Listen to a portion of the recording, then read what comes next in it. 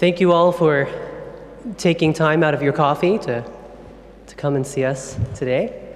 I'm very happy to be here to speak to you today about a very technical topic, about writing.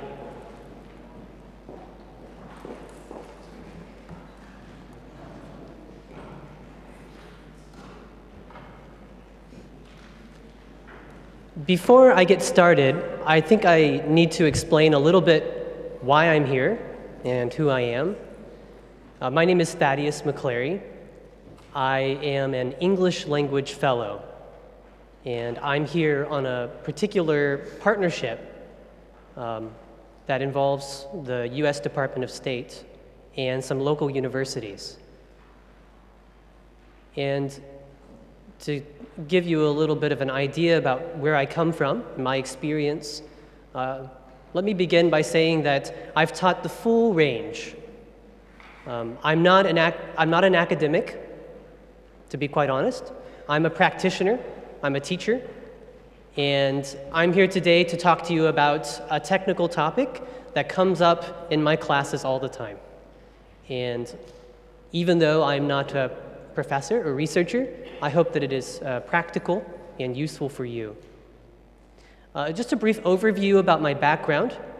I started in South Korea, actually. I'm originally from the United States, but my first teaching position was in South Korea. And I taught all ages of children, but I focused on academic writing skills and test preparation, tests like the IELTS and the TOEFL exam. And that is really where I got started focusing on academic writing skills in my classes. After that, I went to the United States for 2 years. And there I worked specifically with adults who were trying to enter a university in my hometown called the University of Arkansas. And I focused on, again, TOEFL preparation skills, IELTS preparation skills, but also writing a personal statement. So there I got a little bit of an experience with the pressure that some people feel making the jump into academic English, both in speech and in writing. And now, as a fellow, I'm here in Ukraine, in Vinnytsia, and I'm working at Donetsk National University.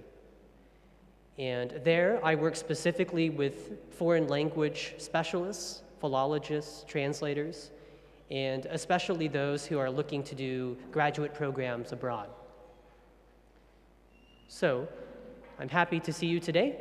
Let's get started.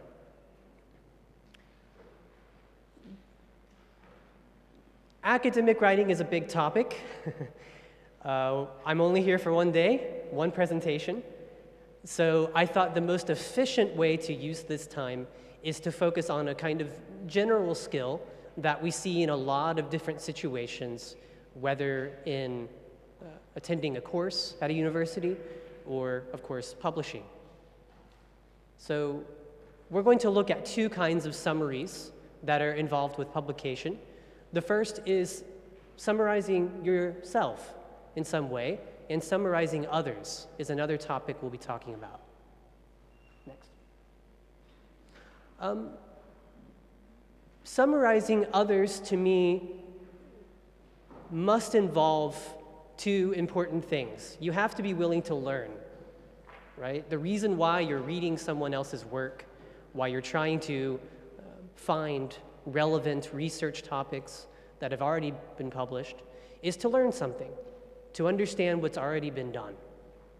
So you read, you process, you understand, but then of course you have to give credit, right? You have to use conventions, these very specific ways that publications expect you to reference and give credit to people that you have read, other research that you have learned from. Next. The way that I approach this, the technique I always suggest to my students, is to go old school. When I was in high school, I had a very serious English teacher who focused on college writing skills. And this was at a time when our school was transitioning into more and more use of a computer. And she was a little bit distrustful, a little bit hesitant about the possibilities and maybe negativity resulting from too much computer use. One way that she, I think, very accurately predicted our present situation is that it's much too easy with computers. It's much too easy with the internet to find information. In fact, you can find too much information. It's even more easy to find relevant information, to learn, and then, of course, to incorporate that information into your own research. And by that I can mean copying, to be honest. If you're a professor here, if you've ever had students, you might have seen this circumstance where you receive an assignment from a student that looks as though parts have been copied directly. And the internet and computers make it very, very easy to just take a whole block of text, of words, and just transfer it right over. So my high school teacher said, the best way to keep yourself honest and to keep yourself organized is to use these note cards. And how she put it was that you're building a deck. So the first thing you do, of course, is to find sources that you need at a library, on the internet, and you study and learn, you process that information. And then you should write down what you understand from that source in your own words. Don't look at the paper. Don't look at the source. Read it, study it, shut the book, turn off your computer, and write down what you understood on a card. That way, there's no temptation to look at the text and copy words unnecessarily. But of course, you might want to quote. You might want to directly quote the source, in which case you should write down any relevant or essential direct quotes you might want to use. And with that, you need to record some of this information, specifically with a quotation, the page number, right? Something a little bit more specific. But for all sources, you need the author's information, you need the publication date, you need the journal name, etc. So this is a way to develop a very organized note card, which can become a whole deck. If you go to the next slide. And how she put it, the next part, which we can call our literature review, is literally playing cards. You have a deck of cards that you have created. They represent everything you have understood from relevant research. And there you have physically your notes, and you can arrange them in front of you to make a very linear or chronological process, very logical, very organized. And from there, you begin to write your literature review with that series of information directly in front of you. This never fails, in my opinion. It never fails. It takes a lot of time, but it basically ensures that you have actually written what you understand. You have received something, and you're going to give credit properly by writing what you understand in your own words, and, if necessary, giving a direct quotation with the proper citation, the proper information. Next, please. So, we can talk about, just blunt cheating.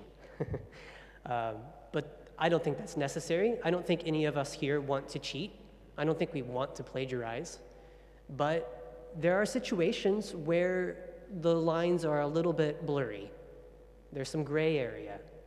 It's not always so clear whether or not you have properly referenced, properly cited a resource. So I'm going to look at 3 different types and describe them to you of what I think are common inadvertent styles of plagiarism. These are circumstances where I really believe people don't mean to cheat. They don't want to do something incorrect or improper, but it's kind of accidental. The first, of course, I think is more relevant when you're reading a source that is not your first language.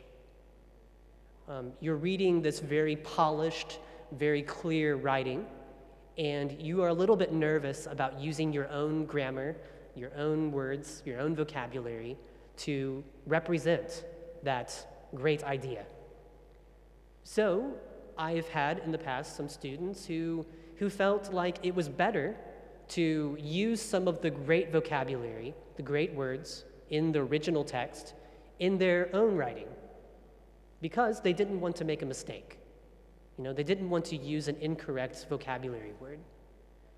So in this case, it's word for word, right? They choose specific words from the original source, and they copy it into their own summary. And they might feel like this is more accurate, it's more clear. But of course, what it does is it makes the reader believe that you wrote those original words. It doesn't give proper reference and credit to the original author. Now, of course, you can use quotations. If you're using specific words, specific language from the original, quotations are fine with a reference, with a citation. The second type is more nuanced.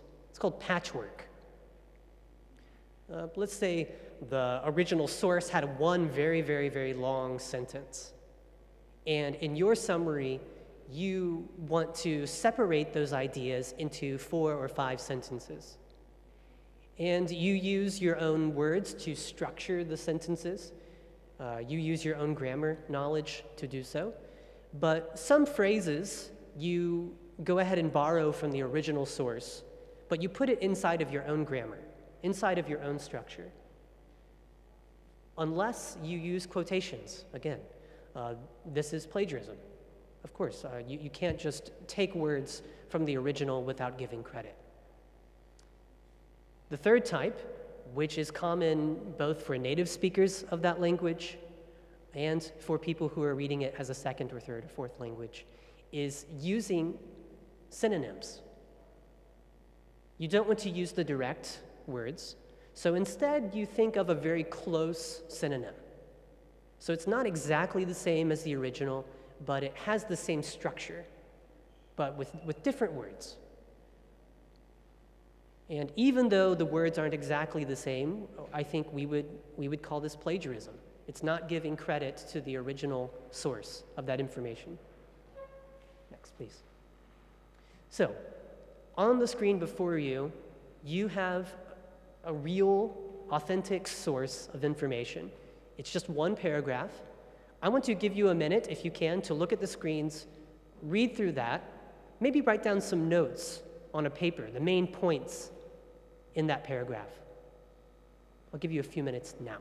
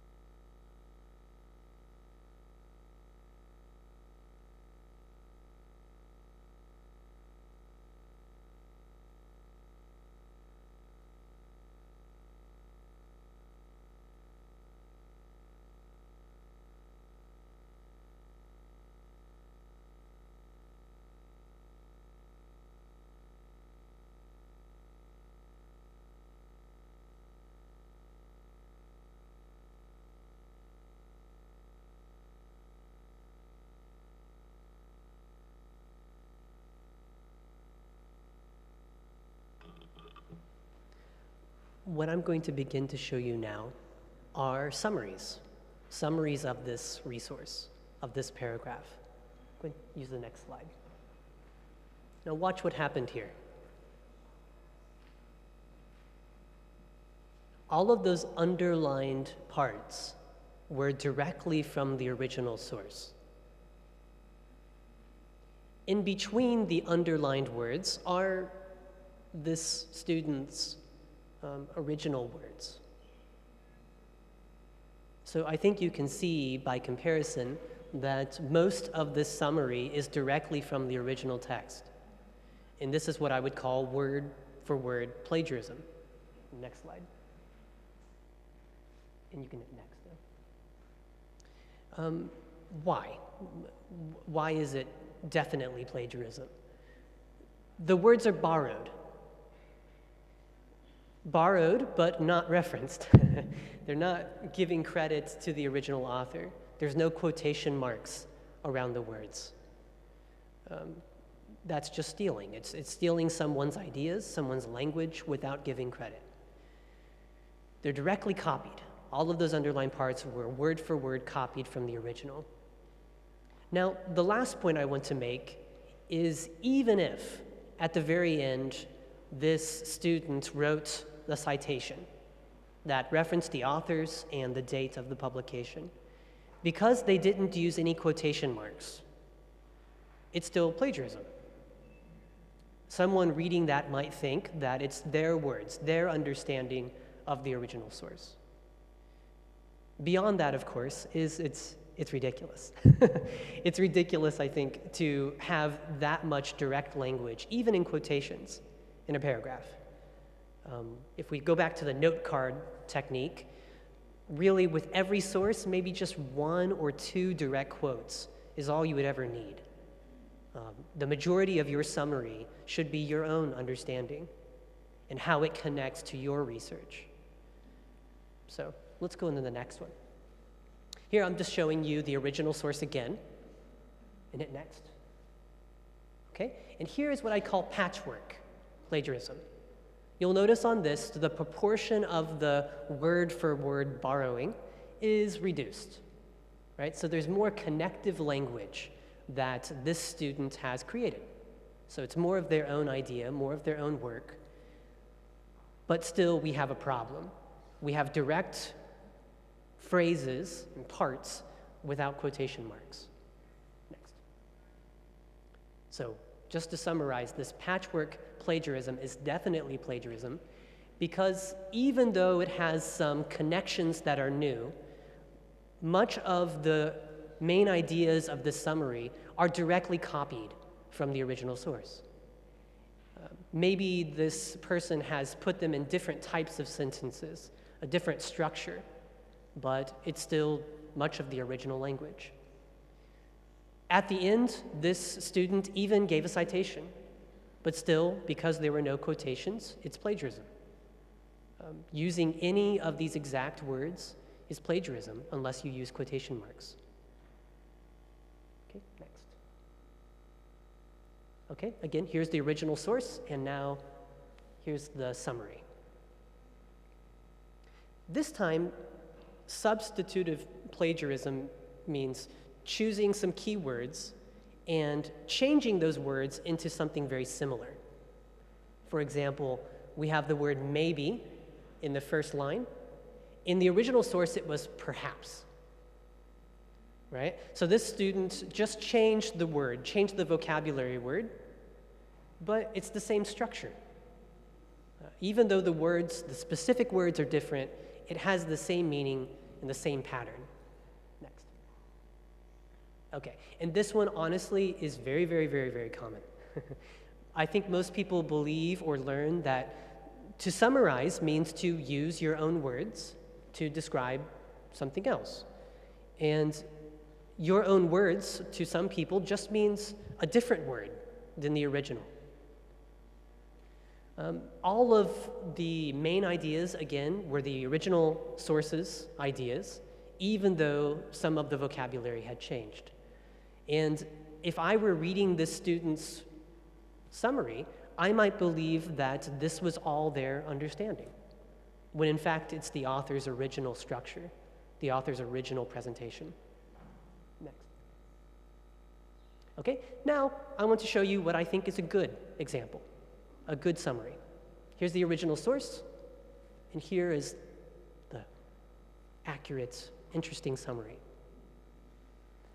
Notice at the beginning, the opening phrase introduces the source, right? It gives the name of the publication, the name of the article, and then it gives the authors with the date.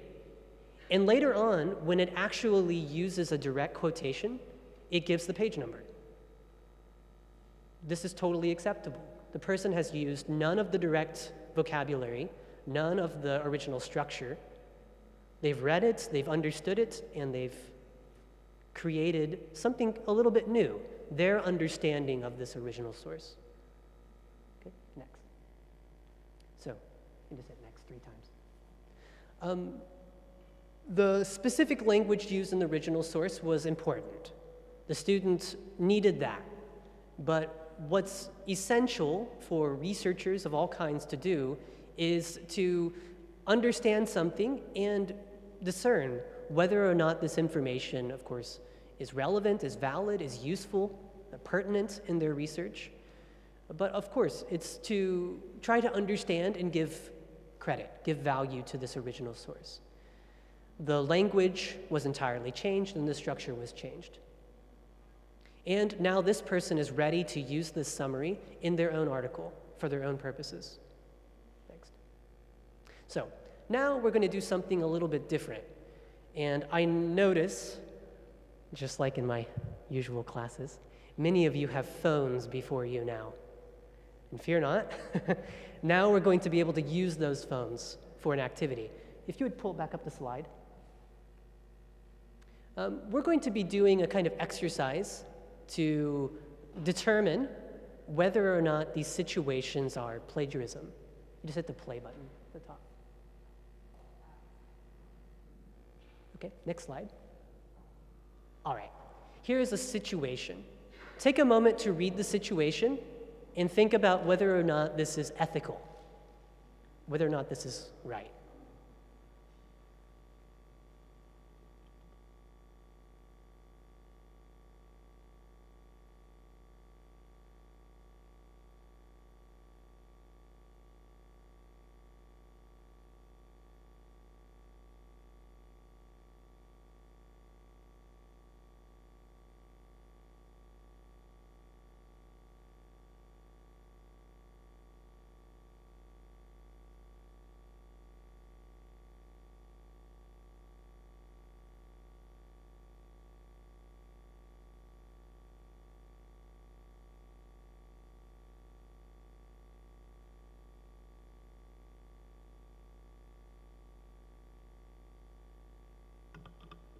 Okay, now I'd like to get your feedback about this. Let's open up that survey.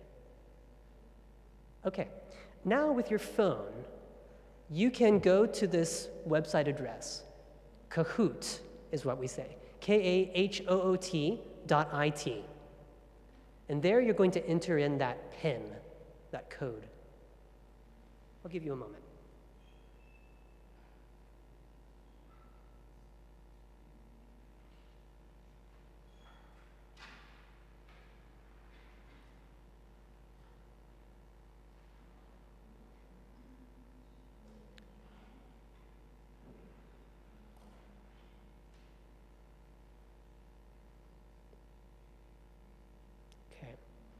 When you enter the code, you'll be asked to put in your nickname, a name.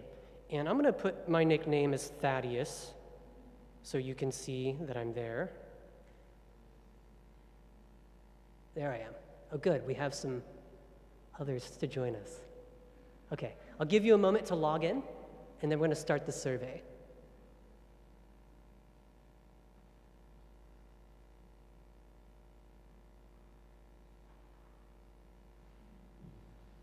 If you think you're in, check the screen and make sure that your name is there.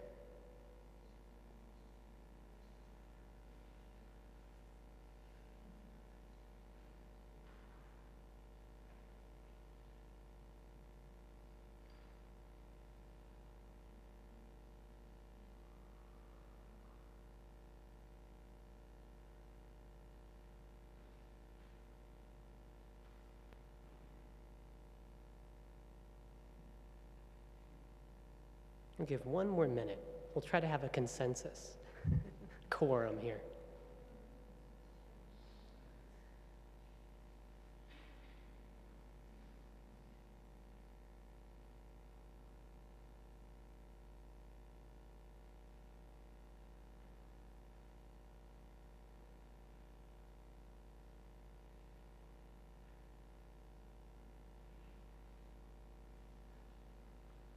Somebody's got a really interesting nickname, Manicure.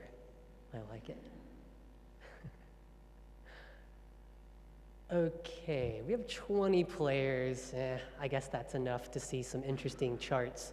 Let's go ahead and hit 21. 5, 4, 3, 2, 1. Okay, let's hit start. Let's get it going. Okay, so we had our first situation. We had a student who was getting some help from a classmate because she was a little bit concerned about her English, and this classmate was giving her some help, let's say. And if you remember that situation, choose if you think it's plagiarizing or if it's not.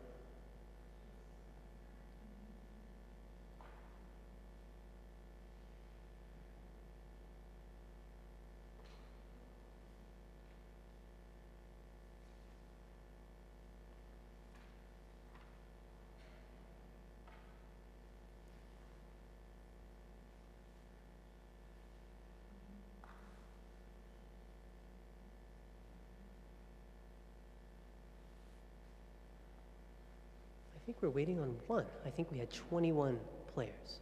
There we go. Чи всім зрозуміла ситуація, чи всі змогли прочитати, проговорити? Це нормально? Не треба перекладати? Що було написано? Перекладати сам текст?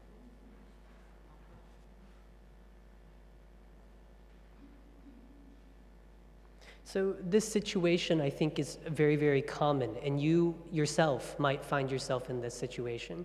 If you have someone who's helping you edit your paper, and they give you some feedback, some suggestions, you have to be very, very careful to limit the role that they have in your language, in your writing. It's very useful to get feedback and suggestions from other people, but it's wrong to let that person write for you, of course. It's a little bit different to just let them take over. But here is what you thought. 18 of you, the majority thought that it was plagiarism, that it's not correct. But it looks like some of you thought it would be okay. That's interesting. Okay, let's go to our next situation. We'll go back to the slide.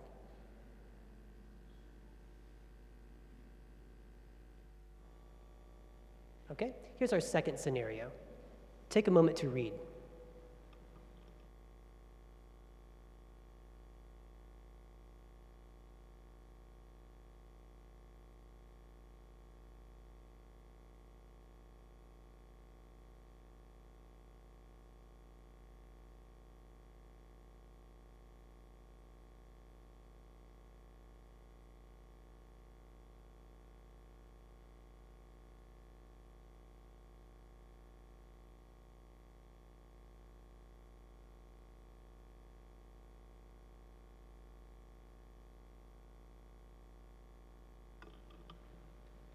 So, in summary, a professor does some research with their student, and the student has to leave town. They're not able to complete the research together. So this professor has the data, they have the information they need, and they decide to go ahead and use that information in their own publication.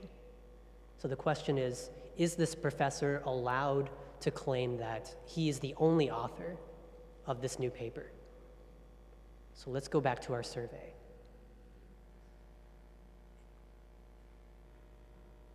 Okay, so our question, is Rafi, the professor, allowed to claim he's the only author?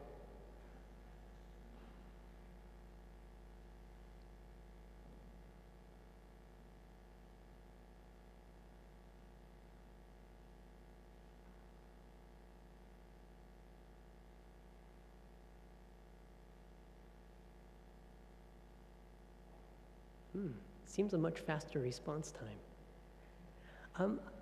I wonder, does anyone have any comment about this situation? Does anyone want to give their impression, their opinion?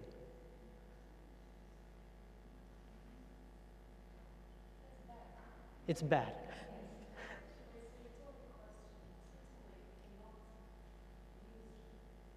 Okay. So if we predict, we don't know how everybody voted yet, but do you think that everyone will feel this is wrong? Well, that's what's interesting about the topic of plagiarism, I think, is that it's not always clear. It's not always clear in these real-life situations what to do. And honestly, it happens. These things happen. And we have to rely on each other to determine what's right. And I'll be honest, I think a lot of it happens to be cultural. It really does. A lot of it could in fact be cultural. It's not universal. But if you're thinking about publishing abroad in other journals, it does take understanding what is considered wrong in another situation. And that does involve a lot of relativity, I think. But it's kind of up to you whether or not you're going to try to understand what the publication expects, what kind of academic integrity they expect of potential authors. Okay.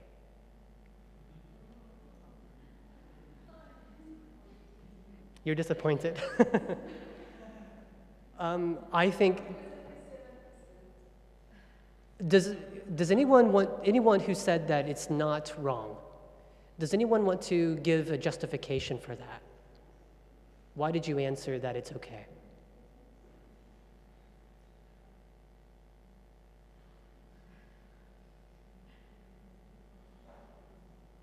Well, at the very least, I guess I'm glad there's honesty. But it does mean, I think, that there's some room. What I see there between 7 and 22 is a gap in understanding foreign standards of plagiarism. What I would say from my perspective is that this is absolutely wrong.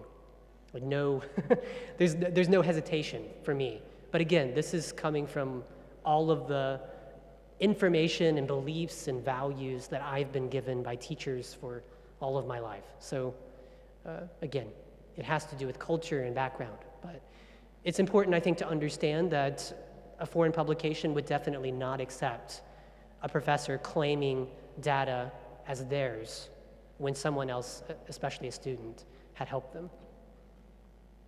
Okay, let's go back to this slide.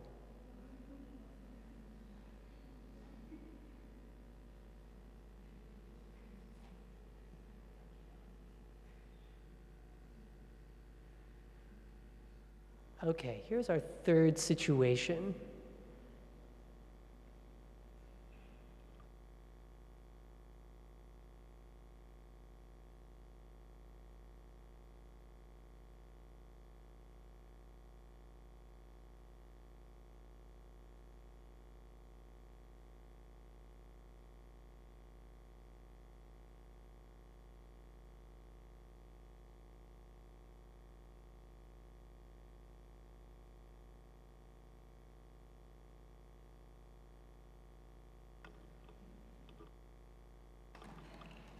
My generic student names got a little mixed up.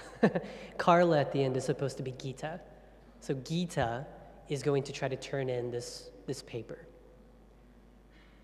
So in summary, I think this happens all the time. You know someone who has had the same course already, and they can give you some suggestions.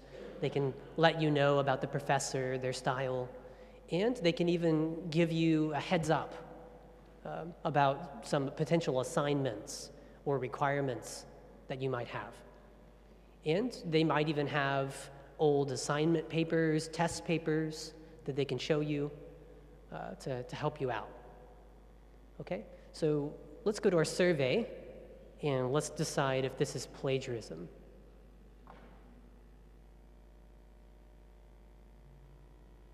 Okay, so she's borrowed some sources and some of the ideas from her roommate, okay? And she's made it her own paper that she's going to turn in? Has she plagiarized?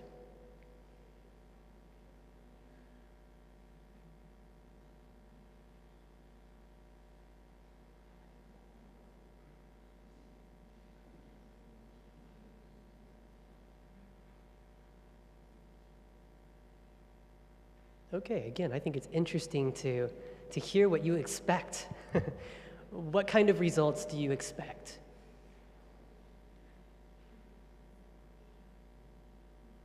Does anyone want to explain why they chose either yes or no?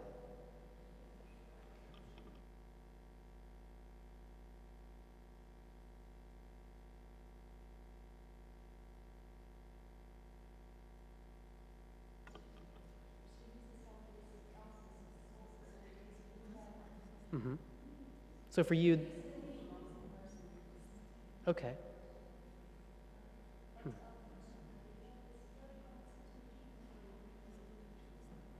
So let me ask, if this were a research paper, if she cited, if she referenced, gave credit to this other person, it would be okay.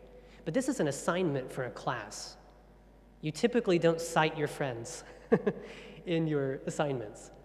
So in my mind, there really isn't a way to borrow these ideas for your own assignment in this class.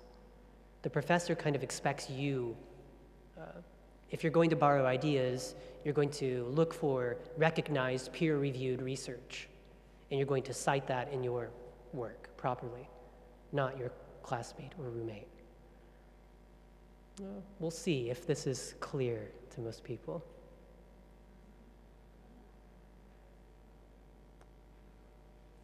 Wow. This is a very enlightening discussion that we're not having.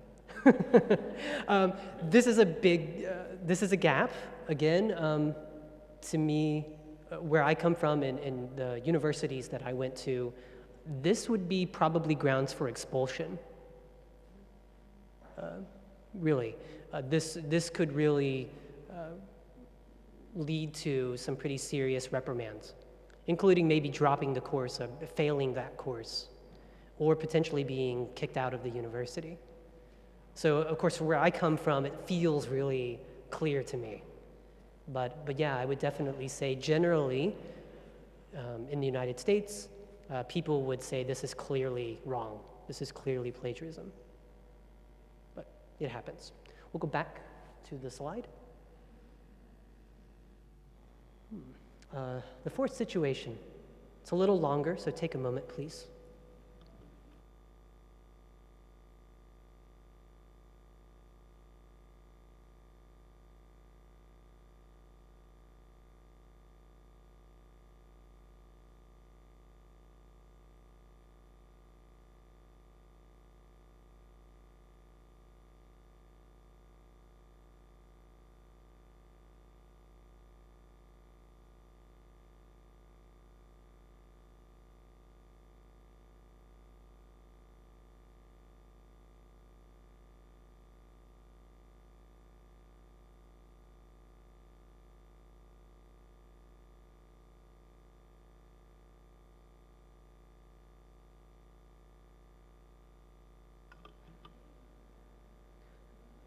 I need to buy the translators a gift after I'm finished. I've given them a lot of work today. So this is a situation, maybe if we go back to that technique I was referring to earlier of using cards, right? You've written down notes and you return the book, or you don't have access to that article anymore. But when you look again at your notes, you realize that you didn't check to make sure that you gave a proper summary, or whether you've included some direct quotations. But in this case, the professor decides, just to be safe, go ahead and change some of those words, and then write her literature review. Okay, so let's go back to our survey. So by changing the words just to be safe and continuing to publish or to submit this paper, has she made the right decision? Yes or no?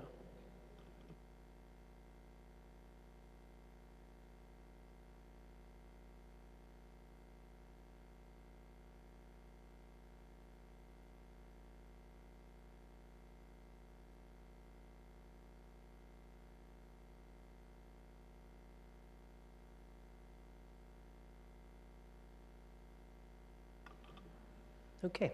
Any thoughts, any comments about this situation?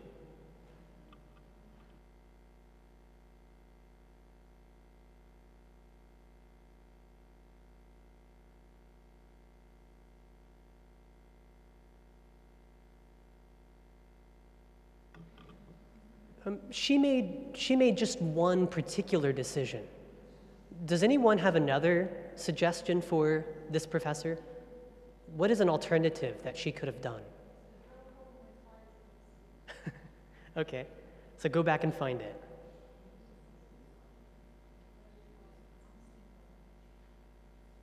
Okay. Does anyone believe that this is a safe decision? Right, she had a deadline, she needed to finish it. She changed the words, just in case. Okay.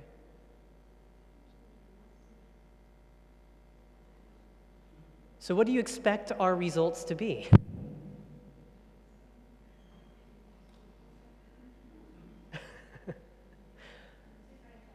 Different answers, maybe more mixed. To me, I like this situation because it seems more nuanced. It doesn't seem as clear. We'll find out.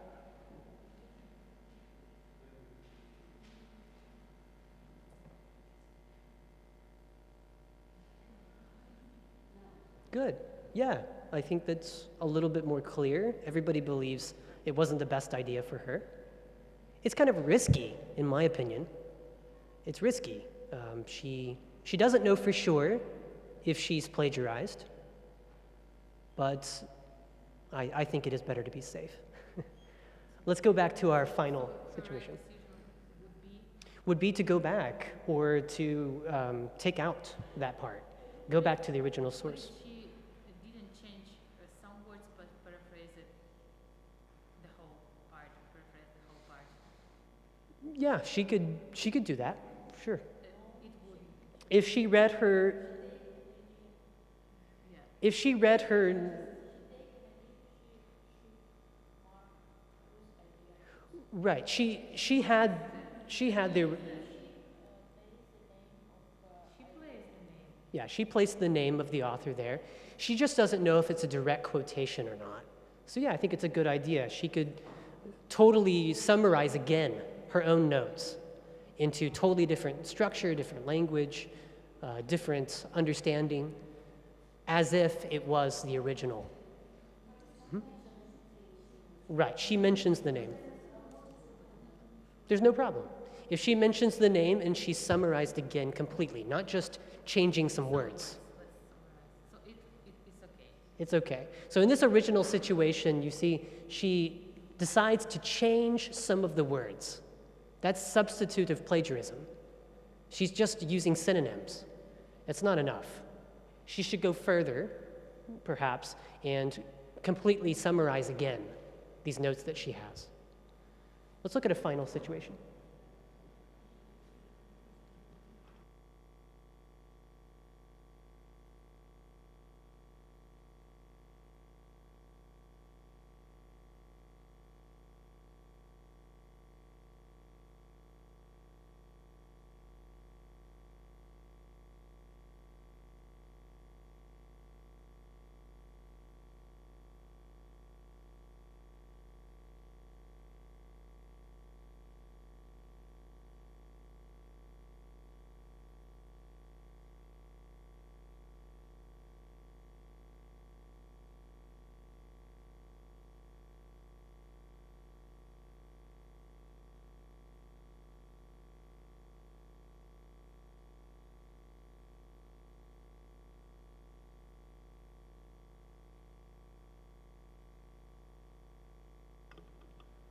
Okay, let's go to our survey.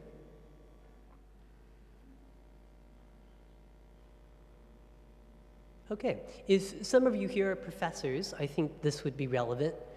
You have a student, they're not preparing a big research paper. It's not something very serious in their minds, it's just an assignment. So to complete that assignment, they have used some information from the internet, and they've decided that it's difficult to cite that information, and this art class isn't very academic or serious. So go ahead and choose. Is he guilty or not? Has he plagiarized or not?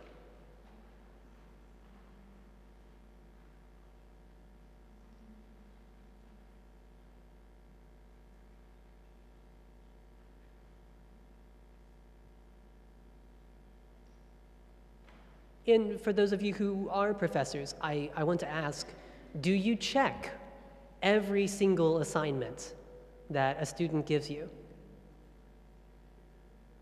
Do you use software or something to check if it had been cited properly, all of the different sources? Тобто використовуєте якісь програми?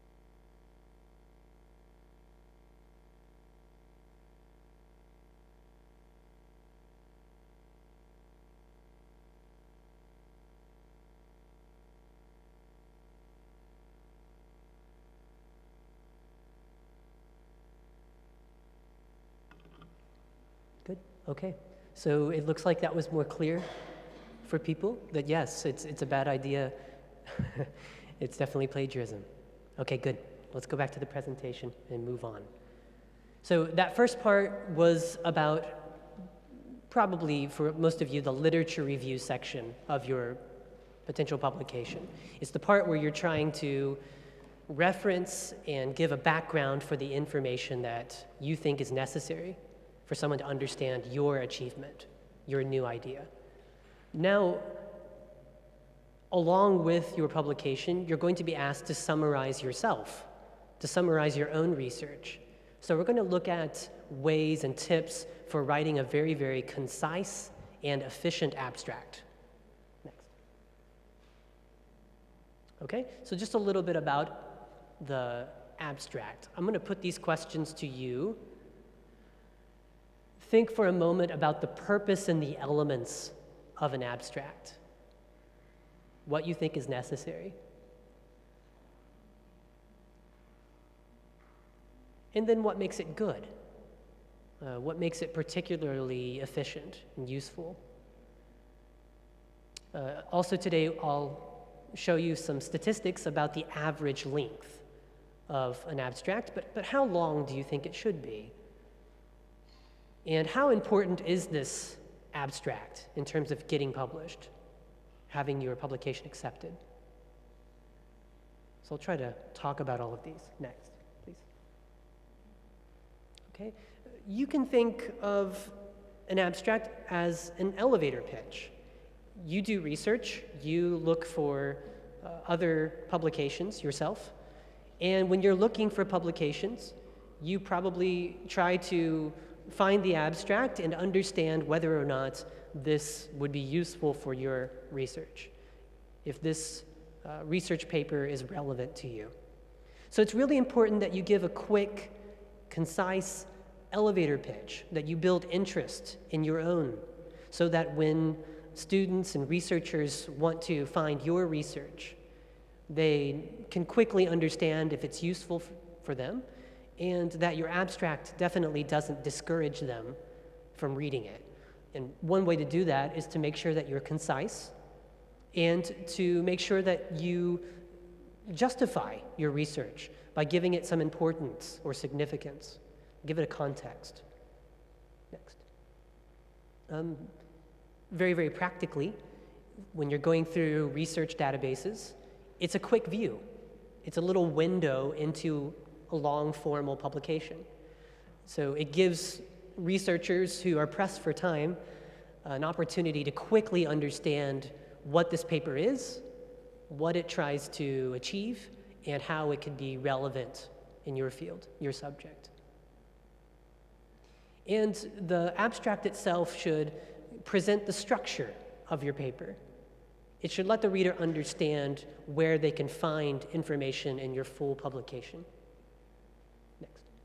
So here are averages taken a little while ago, in 2001, but I like it because it gives different disciplines, different fields of study. The average across disciplines is under 180 words, but we do notice that in some fields, abstracts tend to be longer. Maybe they require more explanation, more terminology, perhaps. But keep that in mind, that every discipline has a different style that they expect when presenting an abstract. The best way to know the style, of course, is to read publications, to read abstracts in your discipline, to know what's normal. Okay, next. This also is helpful. It's not coming from me. It's coming from the Western Institute of Nursing, very particular to the field of nursing. These are the top 10 reasons why their journal does not accept publications, specifically because of abstracts. First, that the title isn't a useful summary of the research. The title gives a totally different idea than the abstract itself. The second problem is that the question, the problem that your research is trying to address is not clear. The third one is that maybe the methods that you describe don't relate or are incongruent with your results that you claim. And this is really, really common. Number 4. A lot of people, I think, imagine an abstract as a movie trailer. You don't want to give the main idea. You just want to give them a taste, and that makes people more interested. But in reality, I think publications expect you. They expect you to be clear about your results in the abstract itself. You might think that it makes people more curious about your research if you don't say exactly what your main findings are. But in this particular case, it's a reason why they would reject it. So be sure to give results in your abstract. Number 5, it's really important for people to understand the context, the significance of what your research is trying to do. Next. The conclusions, usually the end of your abstract, may not reflect the data that you've summarized. Of course, with research, number 7, it's important to know how your findings, your research will influence or impact your field. So it's very, very important to include that in your abstract.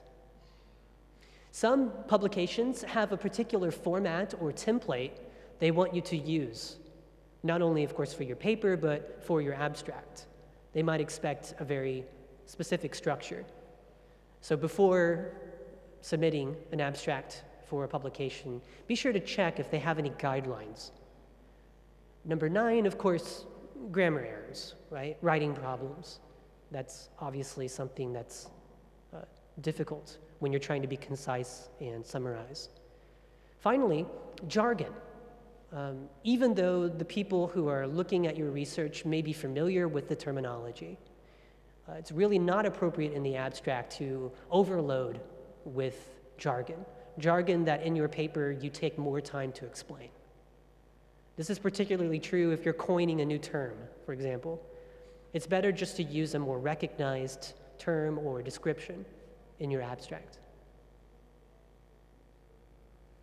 Okay, so this activity is for you to look at 2 different abstracts, and based upon those top 10 reasons why they're rejected, you can decide whether or not the abstract should be accepted or rejected. Okay, here's abstract number 1.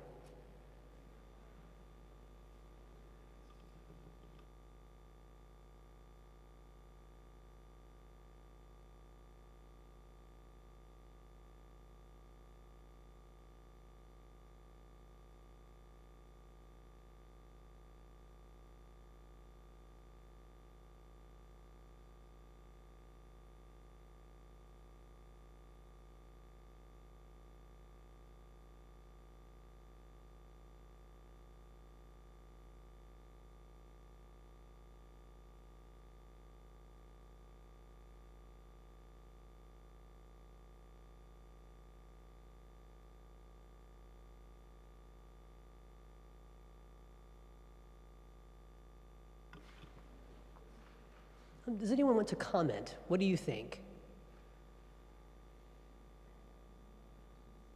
Yeah, do you think this abstract should be accepted by the publication? Okay, if anyone's saying no, would you like to comment on that? What is the problem here?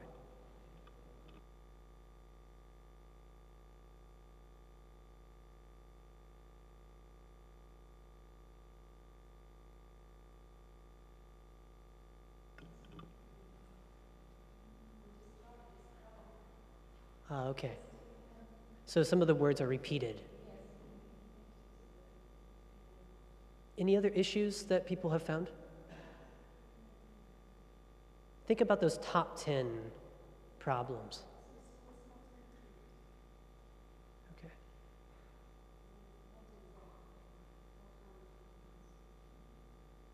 Okay. Okay, take for example results, right? One of the reasons why that nursing publication would reject an abstract is because it doesn't clearly give the results in the abstract. Does this abstract include specific results? Okay, so let's go next. Try to break it down piece by piece. I think the introduction actually is great. It's concise, it's clear, it gives a purpose. But the next part, what is the problem here?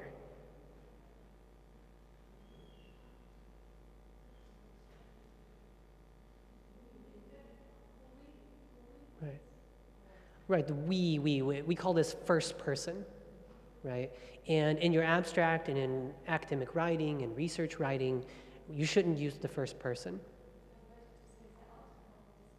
Right. The article describes this study. Mm-hmm. Right, so the subject of your sentence should not be you or you as a collective, we. Next. Here, this is what I'm talking about with a movie trailer. It hints at results. It says quantitative insight, but it doesn't specifically give the results. So we really don't know what this research found. And it would take really looking at the entire publication to find it. It's just not an easy and efficient way to allow another researcher to understand what your research does and how it's important. Okay. And here, of course, there were some grammar problems, right? Mm-hmm. Anyway, next. All right, here's a second abstract. You know I'm going to give you a good one now, right? I'm not going to try to trick you. So I'm going to go and tell you that, of course, this is accepted. But your job is to read this and try to understand why. You know, what makes it a good abstract?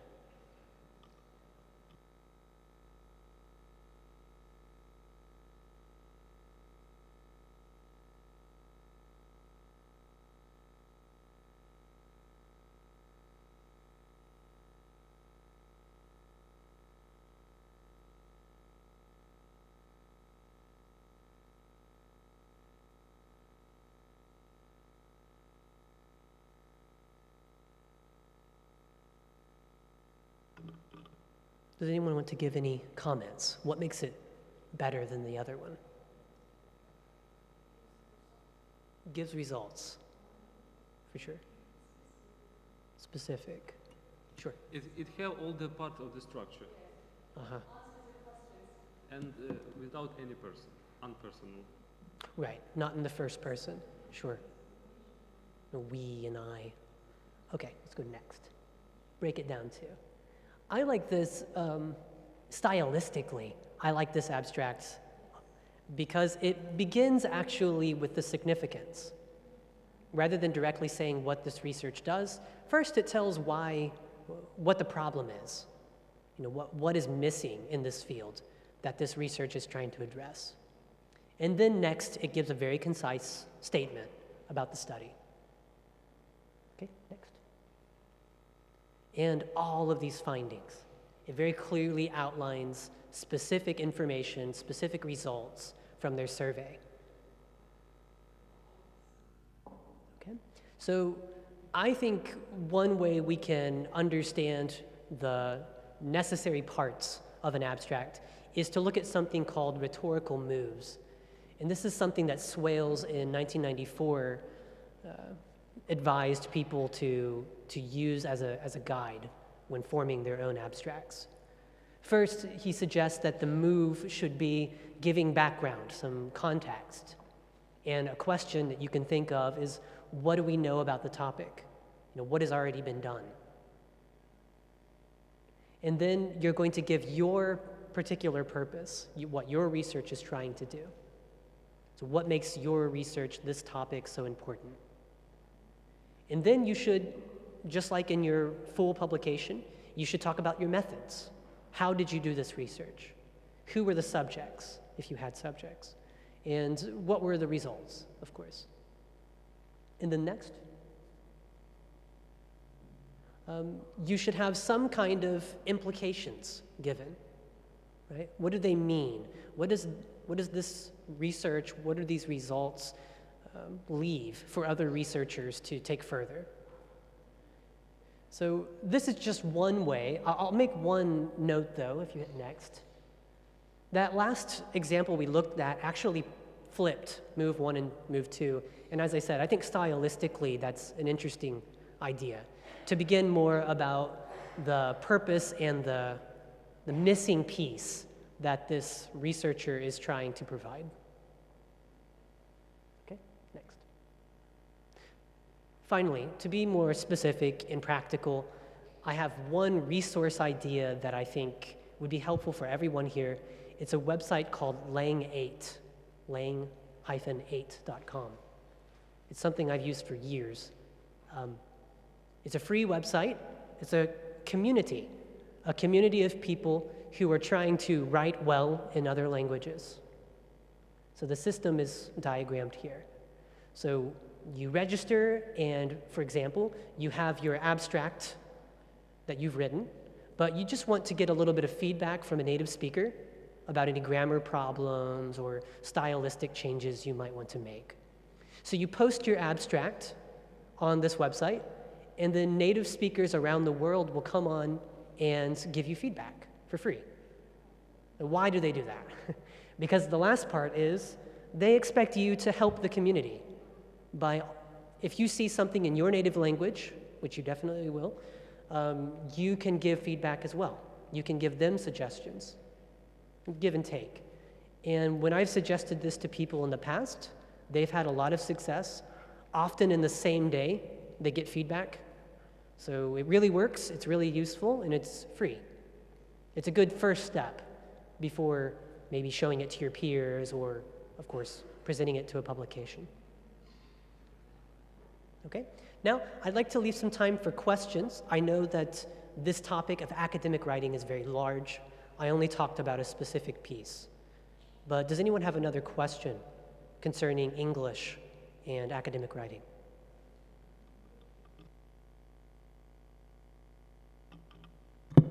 Could you please suggest a book, course book, to learn on Right. my own? A course book about which Academic particular? writing. About academic writing Yes. in general. Okay. It depends on where you are. I think that there are two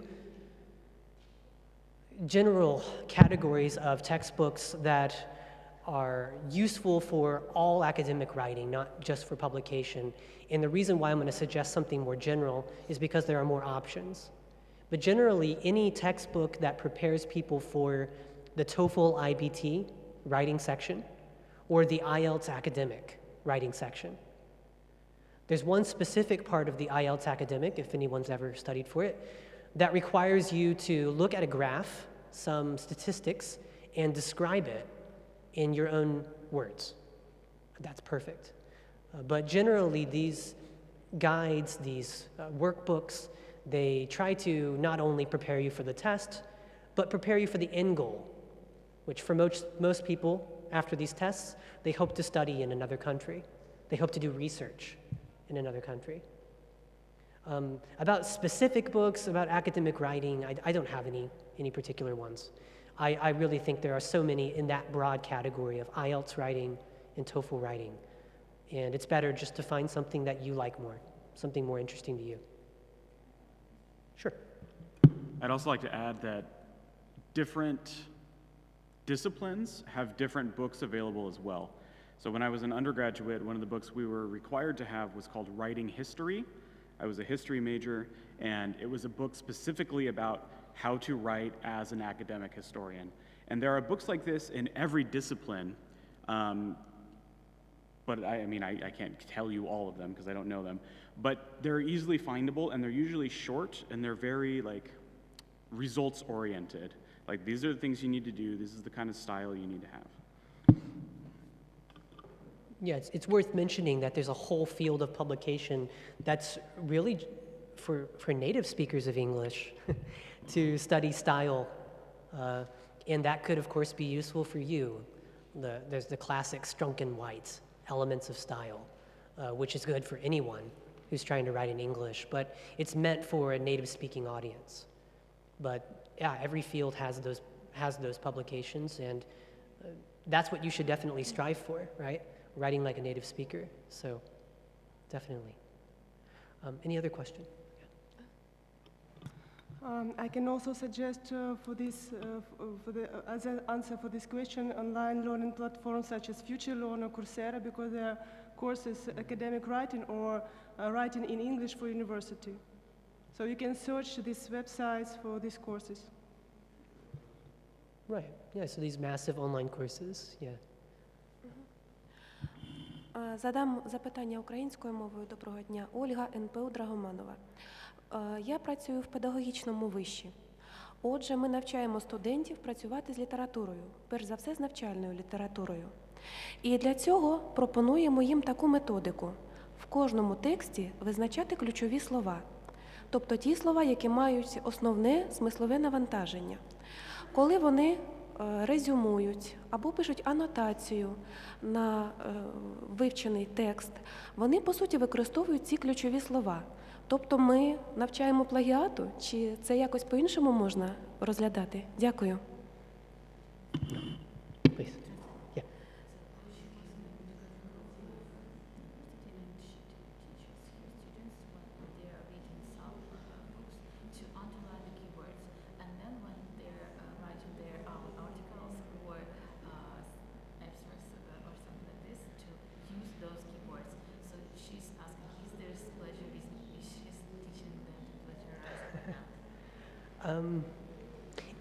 If you're having them underline words for the purpose of learning that vocabulary, if you really think those are good examples of academic vocabulary your students should know, should learn, I think that's a useful strategy.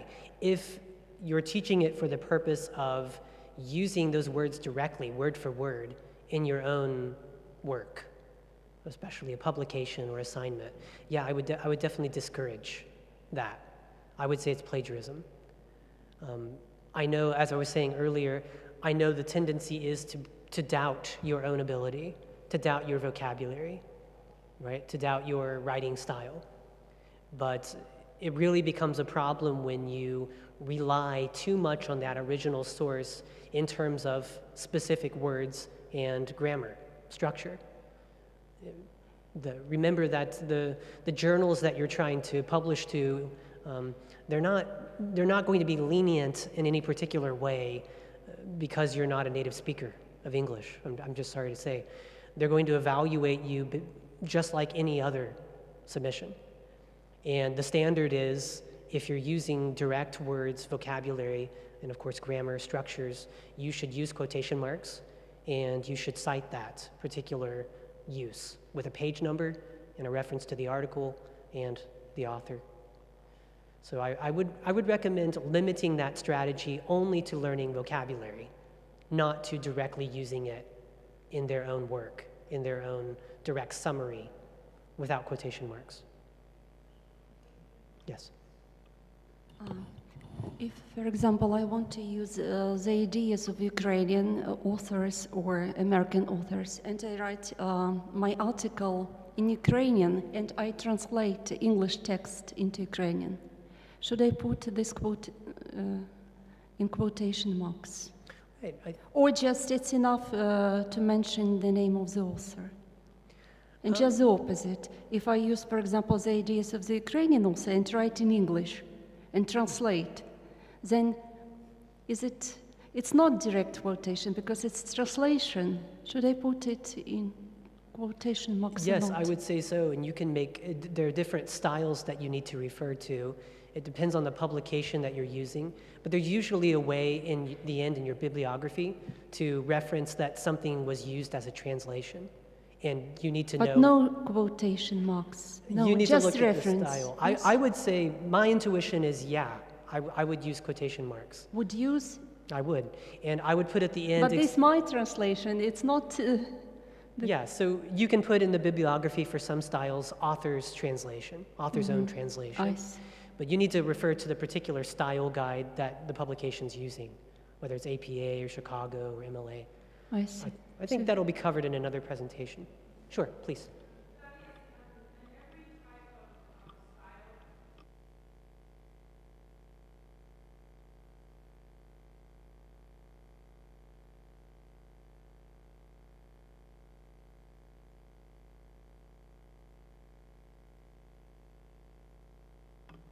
Yeah, I'm going to assure you again, this is going to come up later this afternoon in a different presentation. So you'll hear a little bit more about the styles and where exactly to find that information, about how to refer to a translation. Any other questions? Please. So, as I've understood, your proposal are deeply concerned the scientists who know English as their native language. But the problem within Ukrainian scientists is that we can understand it as a scientific object, but we give it to translators and they lose the scientific essence. And we can't find the way how to solve it. Do you understand? So rather than you, a researcher, writing their own paper in Yes, but when English. translators do the translation, they lose your idea, and it's very often. Yeah, I mean, that's definitely a risk. I've personally experienced the problems of translation, and I know that every translator has a different understanding of what they should do. What we were just talking about using original sources, about using vocabulary, all of that, it's definitely relevant to translators too. In a perfect world, translators would be trained to know how to preserve the original author's voice when they translate. But that gets into the art of translation and not just the science of translation. But that's definitely a risk when you decide to use a translator rather than to try to write it yourself in English. It's definitely something you risk. You risk having your ideas muddled, having them in some way changed or altered just by the translation. Yeah, I mean, all I can say is that just be aware that that's a limitation, be aware that that's a risk when you rely on a translator. Sure. And of course, we're talking about people, right?